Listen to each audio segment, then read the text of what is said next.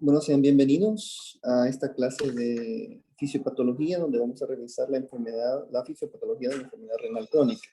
En esta clase vamos a revisar parte de lo que hemos visto en la clase pasada que dio la doctora, ¿verdad? Entonces, comencemos. Primero hablemos en general, ¿verdad? La nefrona, que es la unidad estructural y funcional del riñón. A través de ella se van a estar realizando todos los procesos de filtración que se van a estar dando en el riñón y que son necesarios para mantener la homeostasis del cuerpo. La nefrona va a constar de un glomérulo, de un túbulo proximal, ¿verdad? Aquí está el glomérulo, un túbulo contorneado proximal, el asa de Henle, el túbulo contorneado distal y por último van a terminar el túbulo colector. Entonces en cada una de estas porciones se van a estar dando la absorción y el equilibrio que el cuerpo va a estar necesitando de acuerdo a las necesidades que se van a estar presentando en ese momento. Comenzamos diciendo que nacemos con una cantidad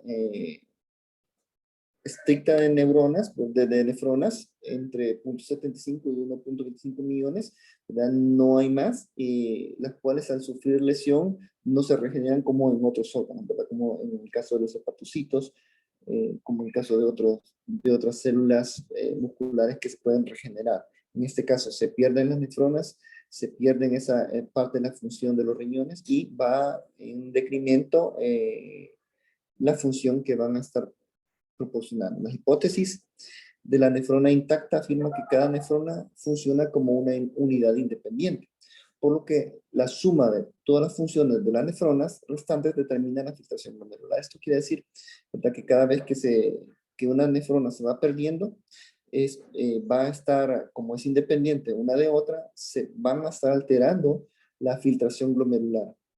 O sea, la función del riñón de excretar los productos del desecho del metabolismo, que es el indicador más preciso, ¿verdad?, de la función, que la función renal se conserva. Revisemos la definición, el concepto de la insuficiencia renal crónica, llamada mejor en estos tiempos como enfermedad renal crónica o enfermedad terminal crónica, al conjunto de alteraciones clínicas que empeoran progresivamente con la disminución del funcionamiento renal. La enfermedad renal crónica puede deberse a un gran número de enfermedades, ya sea dependiendo si son sistémicas o que puedan ser ya directamente propias del riñón, intrínsecas renales. Aquí tenemos un cuadro donde podemos revisar cuáles son las causas de insuficiencia renal crónica. La glomerulosclerosis diabética, la nefroesclerosis hipertensiva, glomerulopatías, enfermedades túbulo-intersticiales, vasculopatías, ¿verdad?, de las cuales se pueden corregir la insuficiencia renovascular, ¿verdad?, por una nefropatía isquémica. Una vez se arregle la isquemia de la arteria que no está siendo funcional, que no está llevando el aporte necesario de sangre al riñón, pues se soluciona. Y enfermedades quísticas como la poliquistosis renal autosómica dominante y nefropatía quística medular. La gravedad de la enfermedad renal crónica se clasifica según la filtración glomerular. Este es el parámetro que vamos a estar utilizando para estadística, para ver cuál es el manejo, cuál es el pronóstico, cuáles son las medidas que le vamos a estar ofreciendo al paciente para solucionar sus problemas. Una filtración glomerular por debajo de 60 milímetros por minuto por 1.73 metros al cuadrado de forma persistente, ¿verdad?, va a ayudar a identificar los pacientes que probablemente van a desarrollar consecuencia de la pérdida progresiva de la insuficiencia renal. Entonces, este va a ser el parámetro que vamos a tener, ¿verdad? Una filtración por debajo de los 60 milímetros por minuto nos va a ayudar a identificar, ¿verdad? Esa es la palabra, identificar a los pacientes que pueden desarrollar manifestaciones clínicas, que lo vamos a estar viendo en las siguientes diapositivas. Para vigilar la evolución de la enfermedad renal crónica se emplean la filtración glomerular calculada, a partir de la creatinina, ¿verdad? En la clase pasada la doctora les mencionó que había muchas sustancias que se producen, que tiene que ser una sustancia constante, entre las cuales está la creatinina. Habían otras que no se realizan acá en el país por ser muy caras, porque no existen los aparatos, los medios para poder realizarlas, o se tienen que mandar fuera del país, pero la creatinina sérica, la creatinina, perdón, es el desecho metabólico que se va a estar produciendo más constante y que esta filtración glomerular calculada la vamos a estar obteniendo por la que circula en la sangre y los datos demográficos de la persona, su altura, su peso, la talla, ¿verdad? Talla, peso y su etnia. Así son, como son, estos son gringos, ponen raza negra o raza blanca. Los hispanos y asiáticos no están incluidos, pero ponen solo raza negra, raza blanca. Así, dice, el filtrado glomerular calculado se obtiene calculando el aclaramiento de creatinina, o sea, CLCR, aclaramiento de creatinina, determinando las concentraciones de creatinina en una muestra de orina en 24 horas. Ese era lo clásico que se utilizaba, la creatinina en orina por el volumen entre la creatinina en el plasma. Esta se solía indicar a los pacientes, se le daba un depósito en el cual era un paciente que estaba hospitalizado, podía ser ambulatorio también, pero en un paciente hospitalizado se le daba eh, su depósito, ¿verdad? Recordemos que en el hospital pues hay una ingesta de alimentos y de líquidos que está siendo controlada, por lo tanto es más efectiva que los pacientes que se realizan ambulatoriamente. En esos exámenes se le pedía al paciente que no iba a orinar la primera orina de la mañana, sino que iba a descartarla y iba a comenzar a recolectar las siguientes micciones, ¿verdad? Hasta llegar al siguiente día con la última micción de la mañana. Esto se hacía un poquito complicado, un poquito el asunto, ¿verdad? Porque por lo que les dijo la doctora el día de ayer, que había pacientes que llegaban con un garrafón, ¿verdad? Que tomaban agua en exceso y por lo tanto la prueba se iba a ver alterada. Por lo tanto, se desarrollaron fórmulas más prácticas para estimar la filtración glomerular mediante datos clínicos fáciles de obtener. ¿Verdad? Que el día de ayer también los pudimos ver mediante las ecuaciones de Crocroft-Gault, que mencionaron, la MDR, MDRD y la CKD, ¿verdad? Son una de las fórmulas que se estuvieron observando. Entonces acá tenemos la de Crocroft-Gault, que es el aclaramiento de creatinina en mililitros por minuto, va a ser igual a 140, que es una constante, por la edad en años, por el peso corporal magro en kilogramos, ¿verdad? Entre la creatinina sérica en miligramos por decilitro por 72 en el caso de los hombres, perdón, el 85 en el caso de las mujeres, se va a estar añadiendo a esta fórmula, ¿verdad? No así en los hombres. Acá está, si ustedes ponen en Google, estimación de filtrado glomerular por MDR, pues le va a aparecer una calculadora donde van a poner la creatinina que obtienen por la edad en años y les va a dar la filtración glomerular a través de esta fórmula. Pasemos a los estadios. Ya vamos a ver en diapositivas de más adelante las otras fórmulas, cómo se realizan. Pero los estadios de la enfermedad renal crónica, según la filtración glomerular, ¿verdad? Obtenidas a partir de estas fórmulas, los van a clasificar en estadio 1, estadio 2, estadio 3, 4 y 5, ¿verdad? Y esto va a depender de la filtración glomerular. Menor de 90, un ligero descenso de la filtración glomerular entre 60 y 89. Recordemos que a partir de 60 ya van a haber, pueden haber un descenso crítico, ¿verdad? Que vaya a producir síntomas o manifestaciones clínicas de enfermedad renal crónica.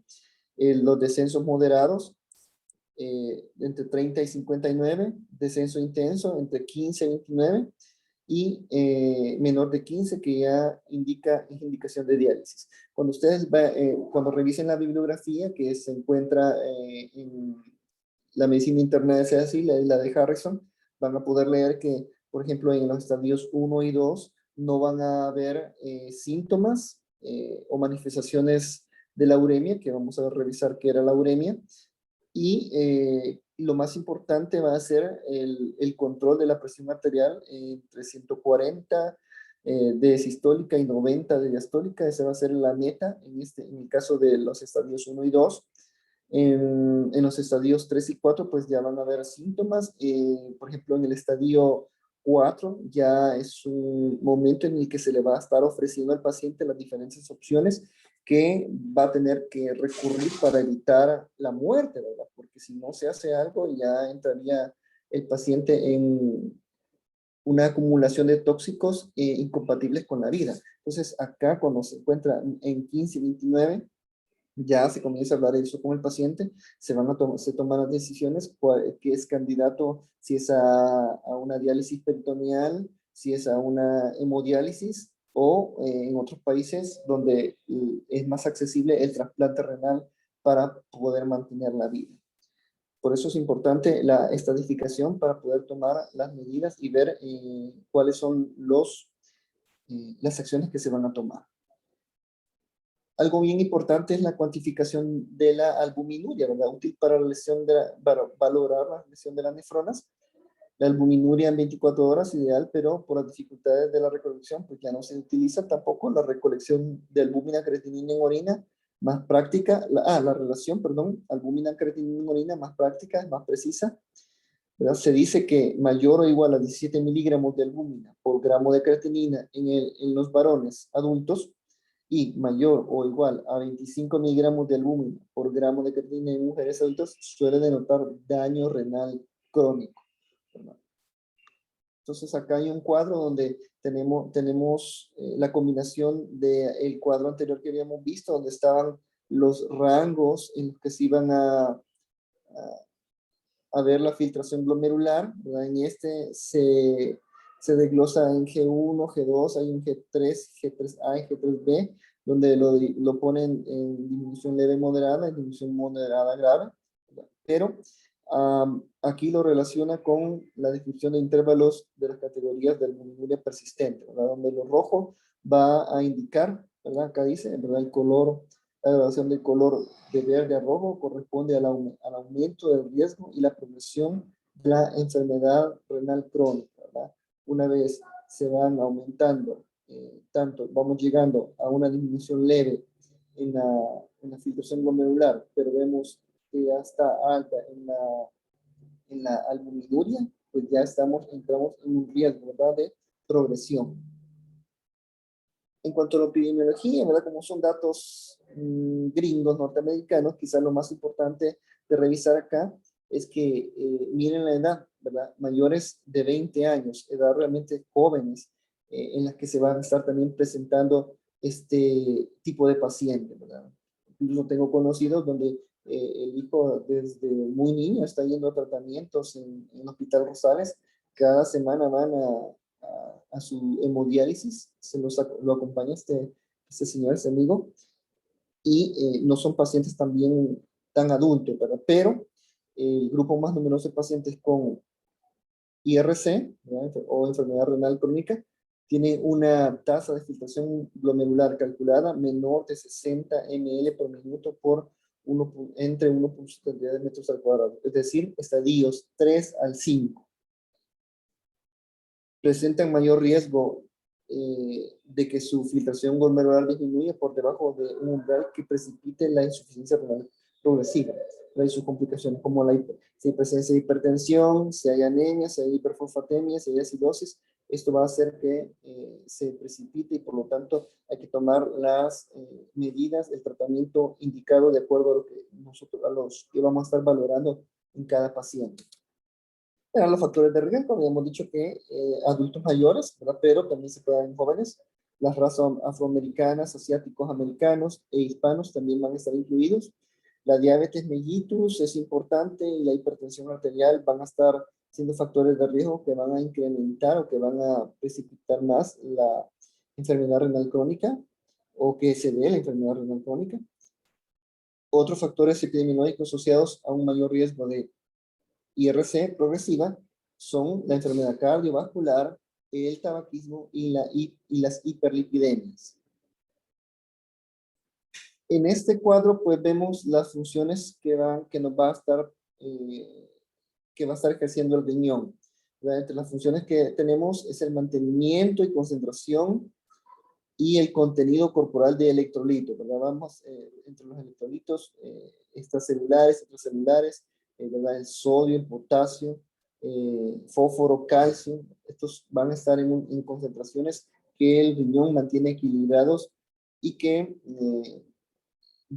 y que también va a estar incluido el volumen de líquido, ¿verdad? Vamos a estar excretando la cantidad que estamos ingiriendo y la que el cuerpo va a estar necesitando. Va a regular la presión arterial, ¿verdad? Es una de las funciones del riñón.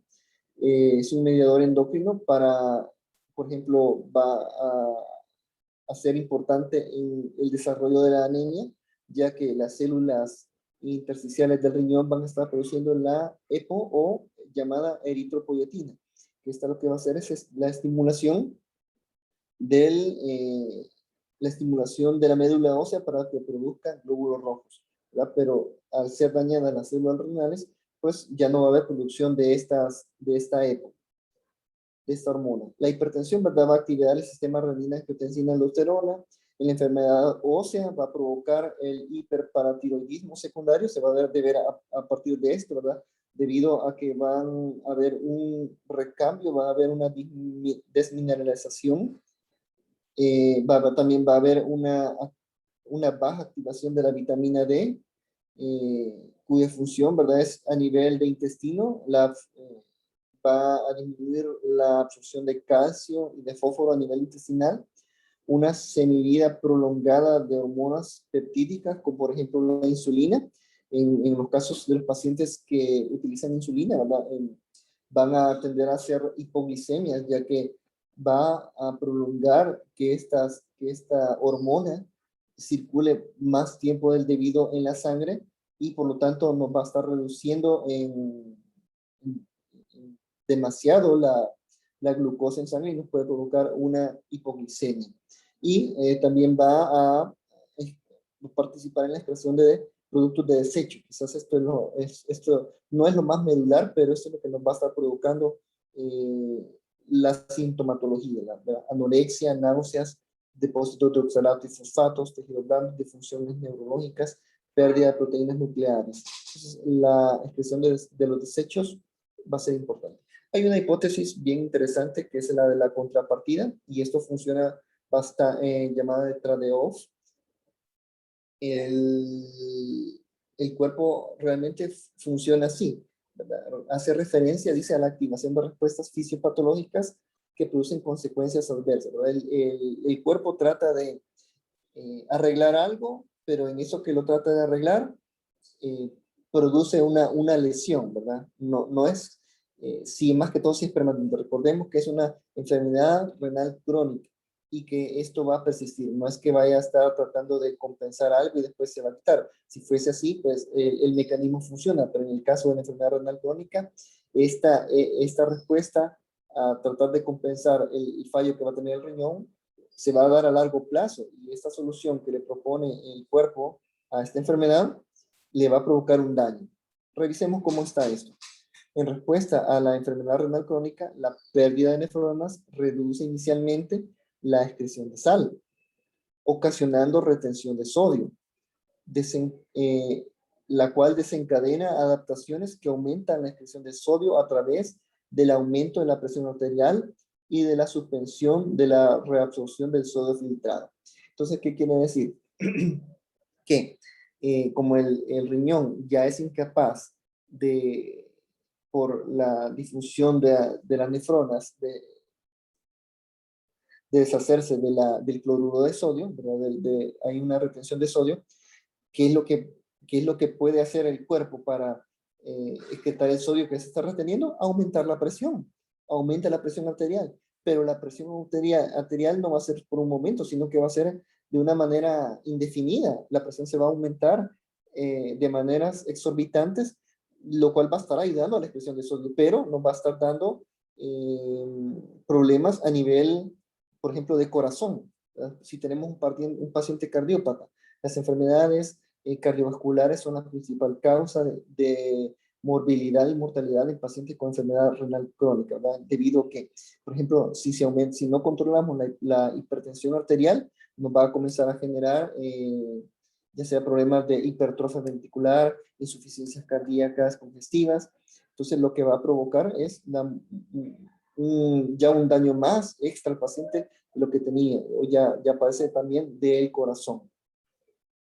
En este caso del mecanismo de la contrapartida, la adaptación estimula el hiperparatiroidismo secundario.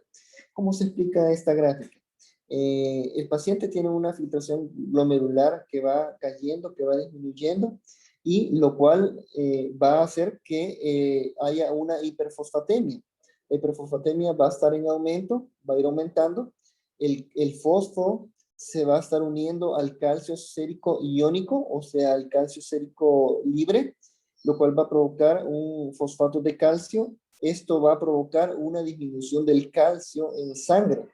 Entonces, ¿qué va a hacer el cuerpo? Esta disminución del calcio en la sangre va a estimular la hormona paratiroidea sérica y va a comenzar a ascender, lo cual va a estimular la salida de calcio a partir de los huesos eh, y va a solventar esta disminución del calcio que se está uniendo al fosfato, y va también de alguna manera a estimular la excreción de fósforo a través de la orina, ¿verdad? Va a favorecer la excreción de este. Por lo tanto, es un mecanismo compensador.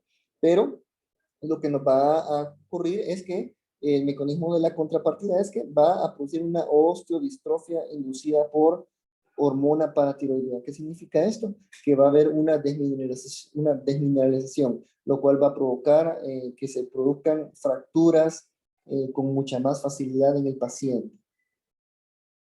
La hipertensión, ¿verdad? Tanto esta como la anemia van a ser de las primeras manifestaciones de la enfermedad renal crónica. La hipertensión de los pacientes con enfermedad renal crónica es por la expansión del volumen extracelular debido a una dieta rica en sal, donde existe la incapacidad para excretar sodio. Recordemos que el sodio jala el agua se va a ir al espacio extracelular. Entonces, esto va a generar la hipertensión, ¿verdad? De esta forma, porque la otra forma es debido al aumento o a la activación del sistema renina, angiotensina, aldosterona. También desempeña, esto es lo que habíamos dicho, ¿verdad? En este caso. En términos de contrapartida, el aumento por retención de sodio aumenta el volumen extracelular, aumenta la presión arterial y la excreción de sodio, contribuyendo así al equilibrio entre el aporte de sodio y su excreción. Este equilibrio solo se puede mantener si la presión arterial es elevada. Entonces, esto es lo que decimos. La presión arterial se aumenta, es buena, es beneficiosa porque nos ayuda a estar excretando el sodio, y si se excreta el sodio, pues ya no hay una acumulación del volumen extracelular y por lo tanto se mantiene el equilibrio, pero a costa de que la presión arterial se eleve. Pero eso nos va a provocar un daño a nivel renal, a nivel del sistema circulatorio, a nivel del sistema neurológico. Nos va a estar dando síntomas y pérdida de las funciones que estos sistemas van a estar desempeñando. Revisemos qué es la uremia, ¿verdad? La uremia en la enfermedad renal crónica abarca una gran variedad de disfunciones clínicas que van desde alteraciones detectables solo en pruebas de laboratorio hasta el síndrome conocido como uremia, que uremia es literalmente orina en sangre. Se debe a las acumulaciones de iones y productos de desecho no excretados a las alteraciones metabólicas inducidas por estos. Cuando el riñón no puede realizar la mayoría de sus funciones, el resultado clínico se denomina insuficiencia renal terminal o enfermedad renal terminal, es necesario recurrir a la diálisis o al trasplante para conservar la vida. Entonces, la uremia va a ser la acumulación de los productos de desecho del metabolismo, los cuales están, quiero ver, no están acá, pero están en las diapositivas de más adelante, pero entre los cuales lleva el nombre de uremia porque la urea va a ser uno de esos desechos de los productos de las proteínas que se van a ingerir.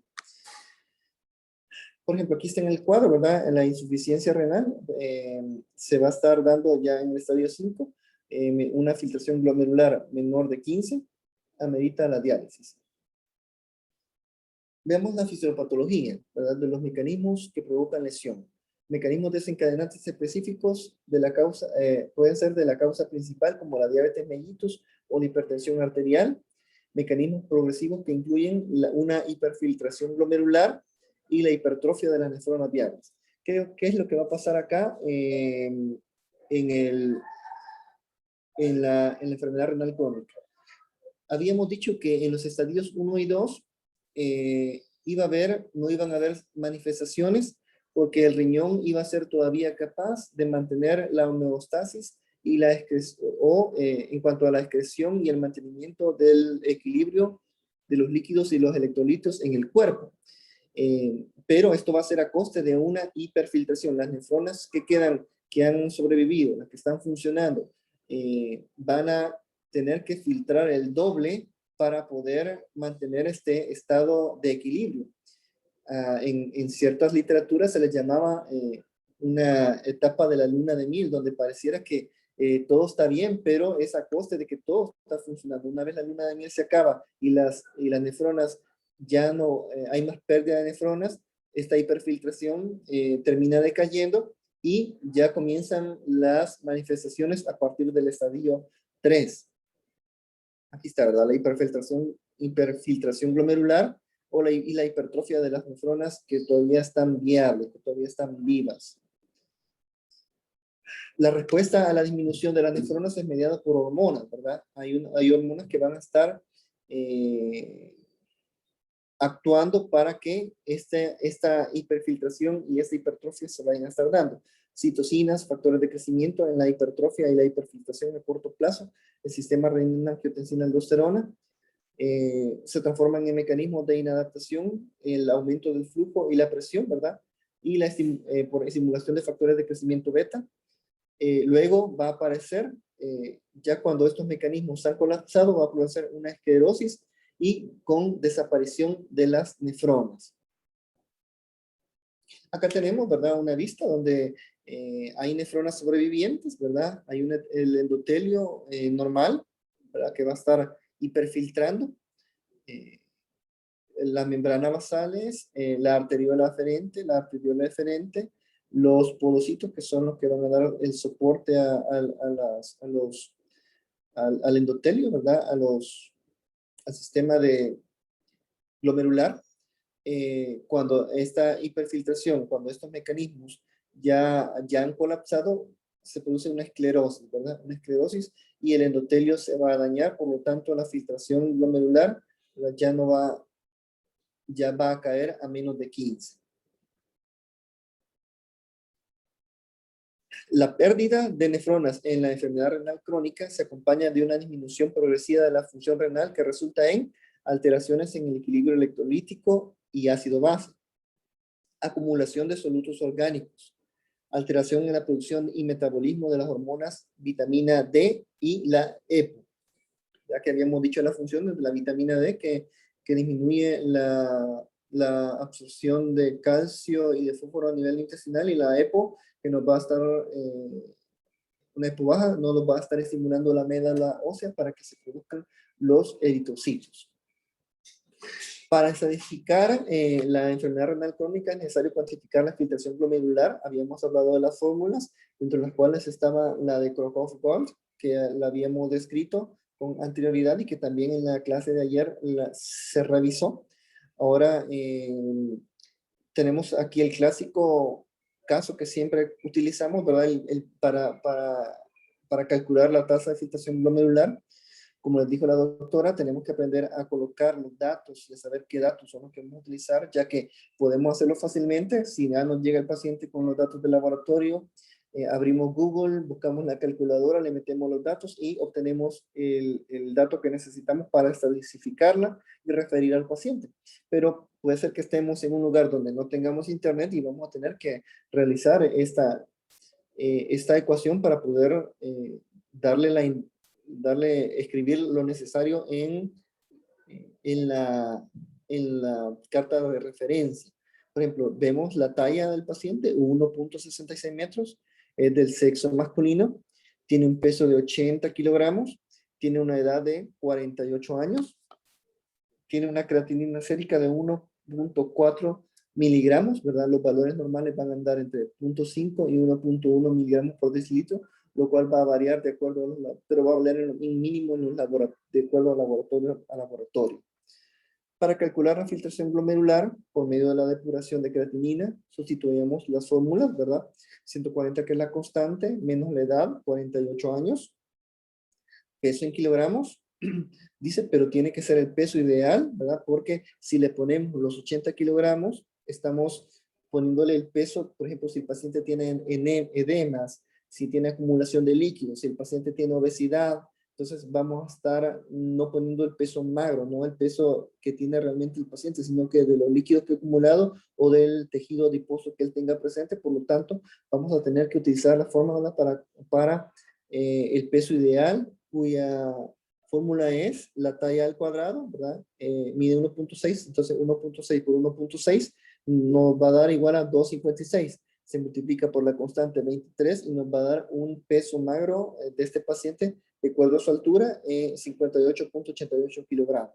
Entonces sustituimos acá el peso magro con 58 y ponemos abajo la creatinina sérica por 72, ¿verdad? Y como es un paciente masculino, no lo multiplicamos por el 0.75. Entonces, al realizar la fórmula, obtenemos una tasa de la filtración glomerular de 53.73 mililitros por minuto. Mililitros por minuto, perdón. Acá está, si ustedes ponen en Google, buscan esta página, la Sociedad Española de Nefrología, ponen la fórmula de Cockcroft-Gault, sustituyen los datos tan fácilmente como está acá, y nos va a dar ya todos estos datos, ¿verdad? Nos da incluso el índice de masa corporal, la superficie corporal del paciente, y aquí está la tasa de filtración glomerular, ¿verdad? Que es 53.74, ¿verdad? Sí, aquí es 53.73, es lo mismo. Entonces, pero esto se hace fácilmente, ¿verdad? Solo colocando los datos y los saca. Pero al no tener esto, pues utilizamos la fórmula.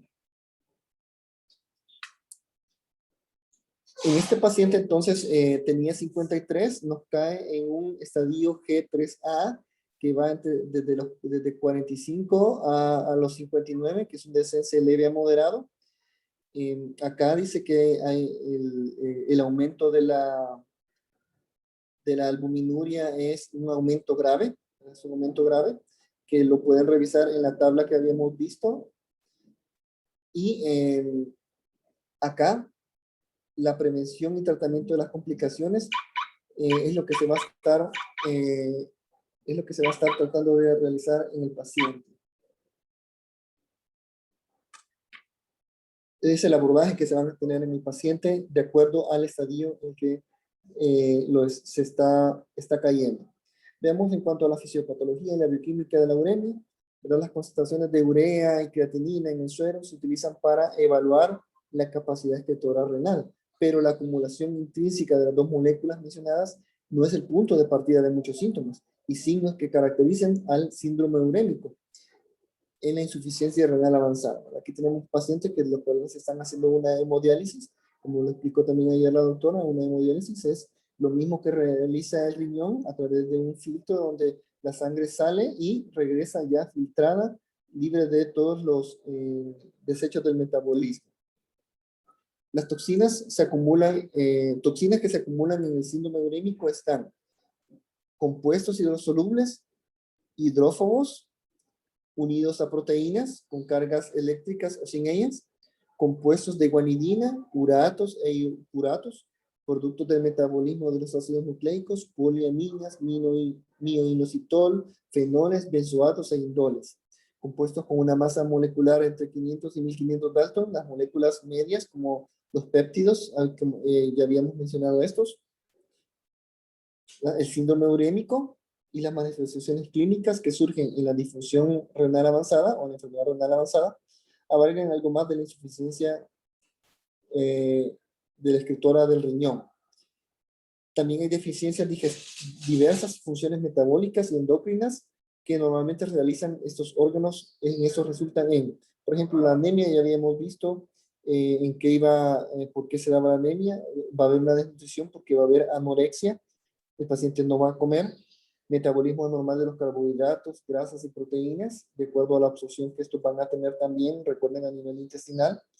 Cambios en las concentraciones plasmáticas de muchas hormonas, como la hormona paratiroidea, hemos visto el hiperparatiroidismo secundario, la estimulación del crecimiento de fibroblastos 23, la insulina, glucagón, hormonas esteroideas como la vitamina D y hormonas sexuales. La prolactina van a ser de las cuales van a estar afectando las concentraciones plasmáticas en la enfermedad renal crónica. En la disfunción renal progresiva se acompaña de empeoramiento de la inflamación sistémica. Se detectan mayores concentraciones de proteína C reactiva y otros reactivos de fase aguda. Esos son lo que se va a estar observando de acuerdo a esta progresión de la función renal. Dice también que mientras que con la deficiencia renal progresiva disminuyen las concentraciones de los llamados reactivos negativos de fase aguda, como la albúmina y la fetuína.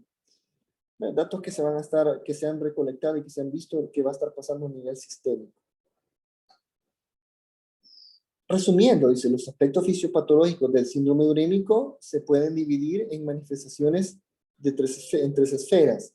Por ejemplo, las consecuencias de la acumulación de toxinas, que son excretadas normalmente por los riñones e incluyen productos del metabolismo de las proteínas. Entonces, acumulación de estas toxinas es una. Las que son consecuencia de la desaparición de otras funciones renales, como la homeostasis de líquidos, electrolitos y la regulación hormonal, ¿verdad? Esta va a ser la segunda. Desaparición de funciones renales. Inflamación del sistémica progresiva y sus consecuencias vasculares y nutricionales. Entonces, acá se va a estar pudiendo resumir los efectos patológicos del síndrome urémico. Veamos un poquito las manifestaciones clínicas del laboratorio de las nefropatías crónicas de la uremia. Trastornos de los líquidos, electrolitos y ácidos bases.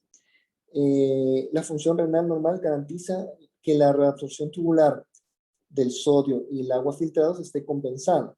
Tanto el agua que ingerimos es el agua neta que es expulsada. Al grado que la excreción de orina equivale a la ingesta neta de los dos elementos, lo que mencionaba. En la glomerulonefritis se alteran el equilibrio glomerular al grado de que el sodio ingerido con los alimentos rebasa al excretado, ¿verdad? Se está acumulando el sodio, de manera que este mineral es retenido y con ello surge la expansión de volumen de líquido extracelular que ya habíamos mencionado y que puede contribuir a la hipertensión. Es más, contribuye a la hipertensión arterial, es uno de los mecanismos que hemos estado revisando junto con la activación del sistema renina-angiotensina-aldosterona. En los sujetos con enfermedad renal crónica no suele observarse hiponatremia. En un cuadro menciona que hay hiponatremia, pero es porque hay un exceso, ¿verdad?, en la ingesta de agua. Por lo tanto, lo que se hace es restringir, ¿verdad?, la restricción hídrica de líquidos. Ahora, si el paciente muestra manifestaciones de expansión de volumen, como edema periférico, a veces hipertensión, que no mejora con la terapia, ¿verdad? Entonces, igual acá, la restricción hídrica, cuando hay edema periférico. Otra cosa va a ser también la restricción del consumo de la sal de mesa, porque se va a estar reteniendo. La administración también de diuréticos con acción en el asa de Henle, como la furosemida, la bumetanida, la torsemida, son de los que van a ser de elección, ya que otro tipo de diuréticos como los tiacidas ya no tienen efectos sobre este. Antes se decía, en los textos hablaban de que las tiacidas eran con lo que el medicamento con lo que se comenzaba a tratar las hipertensiones arteriales, pero en estos casos ya no funcionan y se utilizan estos diuréticos de ASA. Veamos la homeostasis del potasio, revisemos un poquito de esto. Mecanismos que evitan la retención del potasio en la enfermedad renal crónica. Disminución de la filtración glomerular no se acompaña necesariamente de una disminución en la excreción del potasio por la orina, que es mediada predominantemente por los fenómenos secretorios en los segmentos distales de la nefrona dependientes de aldosterona. Aumento de las pérdidas, puede haber un aumento de las pérdidas gastrointestinales. Sí va a haber una hiperpotasemia debido a una mayor ingesta de potasio en los alimentos.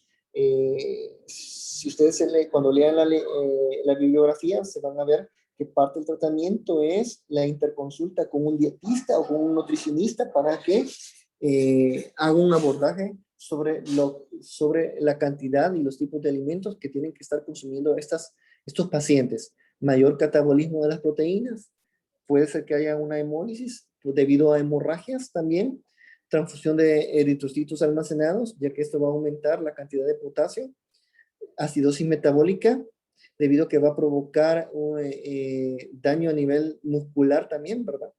A fármacos como los IECA, ¿verdad? Los ARA2, los antagonistas de los receptores de angiotensina, el primotor y la mayoría están involucrados también en la hiperpotasemia. La hipopotasemia, ¿verdad? No es frecuente en la enfermedad renal crónica, por lo general traduce una disminución extraordinaria en la ingesta de potasio. ¿No? Esto es lo que nos va a estar diciendo. Una hipopotasemia va a ser una disminución en la ingesta. De los alimentos, en particular, la que surge junto con la dosis excesiva de diuréticos, así damos muchos diuréticos, también vamos a estar perdiendo mucho potasio, o las pérdidas concomitantes con el aparato gastrointestinal que haya diarrea, ¿verdad? O vómitos. Lo que se menciona también el síndrome de Fanconi en esta hipopotasemia, la acidosis tubular renal, otras enfermedades tubulointersticiales hereditarias o adquiridas, sería pérdidas primarias renales de potasio. La acidosis metabólica, ¿verdad? Es una perturbación frecuente en los casos de la enfermedad renal crónica avanzada. El paciente seguirá acidificando la orina, pero generan menos amoníaco y por consiguiente no excretan la cantidad normal de protones en combinación con este amortiguador urinario. Al empeorar la función renal, la excreción total neta de ácidos por la orina suele incrementarse entre 30 y 40 milimoles, y esa situación, los aniones de los ácidos orgánicos retenidos pueden originar la acidosis metabólica con diferencia aniónica. Entonces, también revisen el tratamiento, porque ahí se menciona qué es lo que se hace, ¿verdad? La adición de bicarbonatos de sodio puede estar corrigiendo esa acidosis. Y menciona un poquito acerca de los estadios en los cuales se van a estar dando. Y de dónde procede, cuáles son los otros daños que va a estar dando la acidosis metabólica a nivel sistémico. Trastornos en el metabolismo del calcio y del fosfato, esto ya lo revisamos un poquito adelante, ¿verdad? Las complicaciones principales de las anomalías del metabolismo del calcio y fosfato, las nefritis crónicas, se ha observado en el esqueleto, habíamos visto que la osteodistrofia, ¿verdad? En el lecho vascular también, una calcificación del lecho vascular, y a veces hay un ataque grave en las partes blandas extraóseas, ¿verdad? Acumulación del calcio en partes blandas. Manifestaciones óseas en la enfermedad renal crónica, se van a estar hablando de las osteopatías con gran recambio, con mayores concentraciones de hormona paratiroidea, como en la osteitis fibrosa quística, la osteopatía con recambio óseo reducido, con concentraciones menores o normales de hormona paratiroidea, en la osteopatía adinámica y la osteomalacia. En la fisiopatología del hipertiroidismo secundario y las osteoitis de gran recambio, bueno, va a haber la disminución de la filtración glomerular, con lo que hay una menor excreción de fosfato como consecuencia de la rotación de este producto. Hablábamos de la hiperfosfatemia y cómo el mecanismo de la contrapartida lo va a estar solucionando. El fosfato retenido estimula mayor síntesis de hormona paratiroidea. Habíamos visto en la gráfica que iba ascendiendo la hormona paratiroidea conforme el fosfato y el calcio se iban agotando. Menores concentraciones de calcio ionizado, que es consecuencia de la disminución de la producción de calcitriol renal en fase de disfunción y deficiencia. Esto lo habíamos visto adelante en el mecanismo de la contrapartida, como la hormona paratiroidea saca el calcio del hueso y esto va a estabilizar el calcio que se ha perdido, que se ha unido al fosfato en la hiperfosfatemia, y que la hormona paratiroidea también va a influir en la salida de este fosfato. Concentraciones reducidas de calcitriol contribuyen al hiperparatiroidismo, al ocasionar hipocalcemia y también por un efecto directo en la transcripción del gen de la hormona paratiroidea. Acá está lo más importante, ¿verdad? Que contribuye al hiperparatiroidismo. Estos recambios empiezan a presentarse cuando la filtración glomerular desciende por debajo de 60 mililitros por minuto. Esto es números importantes, lo hemos venido mencionando, que a partir de ahí es que se van a estar dando los problemas de la enfermedad renal crónica. El hiperparatiroidismo estimula el recambio óseo y origina osteoporosis quística. Las manifestaciones clínicas del hiperparatiroidismo grave incluyen dolor y fragilidad ósea, tumores, resistencia a la EPO, que depende en parte de la fibrosis de la médula ósea, ¿verdad? La hormona paratiroidea es una toxina urémica y sus concentraciones altas se han acompañado de debilidad muscular. Esto se ha visto en los pacientes, van a haber fibrosis del miocardio y síntomas generales inespecíficos de acuerdo a estos efectos, a la función que tiene la hormona paratiroidea en estos casos. Se menciona también la osteopatía de bajo recambio, que se agrupa en dos categorías, la enfermedad dinámica y la osteomalacia, en la cual la osteomalacia se va a acumular en la matriz ósea no mineralizada, y en la enfermedad dinámica, que se caracteriza por disminución en el volumen y en la mineralización ósea, y puede ser consecuencia de la supresión excesiva de la producción de hormona paratiroidea, inflamación crónica o ambas. Es de revisar bien estos detalles en el libro de texto, que lo explica muy bonito. Comienzan revisando Cecil y después se van, Cecil y después Harrison. Aquí vemos que con las causas principales que van a provocar mortalidad en pacientes con enfermedad renal crónica van a estar los de riesgo cardiovascular tradicionales, como habíamos dicho, la hipertensión arterial, esto lo venimos mencionando, las dislipidemias, la hiperhomocisteinemia y la hiperactividad simpática. Factores vinculados, también habíamos visto la anemia, la hiperfosfatemia y el hiperparatiroidismo, que lo vimos en las diapositivas pasadas, van a incrementar la mortalidad de estos pacientes. Otras anomalías observadas en la enfermedad renal crónica que agravan la isquemia miocárdica, lo mencionamos, la hipertrofia ventricular izquierda, una enfermedad microvascular, disminución de la reserva coronaria, disminución de la disponibilidad de óxido nitroso, aumento de la troponina cardíaca, ¿verdad? Todos estos van a anomalías que se van a ver del corazón en pacientes con enfermedad renal crónica. La insuficiencia cardíaca o episodios de edema pulmonar con consecuencias de una función cardíaca anormal en combinación con una enfermedad renal crónica. Aunado a esto va a estar esta, ¿verdad? La hipertrofia ventricular izquierda y la miocárdica dilatada son de los factores de riesgo de complicaciones y de muerte de enfermedad renal cardíaca. Si no está presente una hipertensión, se puede pensar en nefropatía perdedora de sal, efectos antihipertensivos, depresión volumétrica, deficiente función del ventrículo izquierdo. En la enfermedad pericárdica, se van a observar fases avanzadas de la uremia, encontramos dolor pericárdico, frote pericárdico.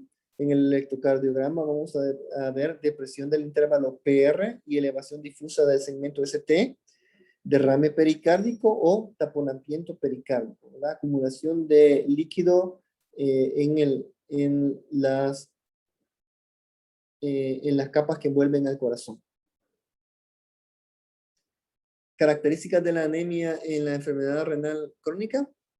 Vamos a tener que en los estadios va a ser normocítica, normocrómica en etapa 3, y constante en etapa 4, que va a haber una deficiencia de EPO, recalcando, deficiencia del hierro sérico, menor utilización, puede ser que sea debido a menor utilización del mineral por inflamación aguda crónica. El hiperparatiroidismo con fibrosis de la médula ósea va a estar impidiendo que se estén dando esta anemia. Ya va a haber una imposibilidad para la estimulación de producción de glóbulos rojos. Complicaciones de la anemia, ¿verdad? Por ende va a haber menor aporte en los tejidos, va a obligar el corazón a latir más, a esforzarse más para mandar más sangre, debido a que va a haber una anemia, y va a haber una dilatación e hipertrofia de los ventrículos, factores que van a estar aunados para aumentar la morbilidad y mortalidad. Van a haber dolores, ¿verdad? Anginosos, va a haber una insuficiencia cardíaca congestiva. Esta falta de irrigación puede producir una agudeza psíquica disminuida y funciones cognitivas, ya que el aporte sanguíneo al cerebro va a estar deficiente. Va a haber deterioro del sistema de defensa debido a estas condiciones que va a estar adoleciendo el paciente. En la en la hemostasia, ¿no?, anormal, va a haber una prolongación del tiempo de sangrado, del TP, menor actividad del factor plaquetario, anomalías en la agregación y adherencia plaquetaria, menor consumo de protrombina. Todo esto va a estar siendo afectado en el síndrome urémico. Se manifiesta por aparición de hemorragias y equimosis, moretones, pérdida de sangre en cirugías, menorragias, ¿verdad?, alteraciones en el ciclo menstrual, hemorragia espontánea digestiva. En cuanto a las anomalías neuromusculares, va a haber una retención de metabolitos nitrogenados y moléculas de tamaño medio, como la hormona paratiroidea, que aparecen en la etapa 3 de la enfermedad renal crónica. Manifestaciones clínicas van a haber perturbaciones de la memoria, alteraciones del sueño.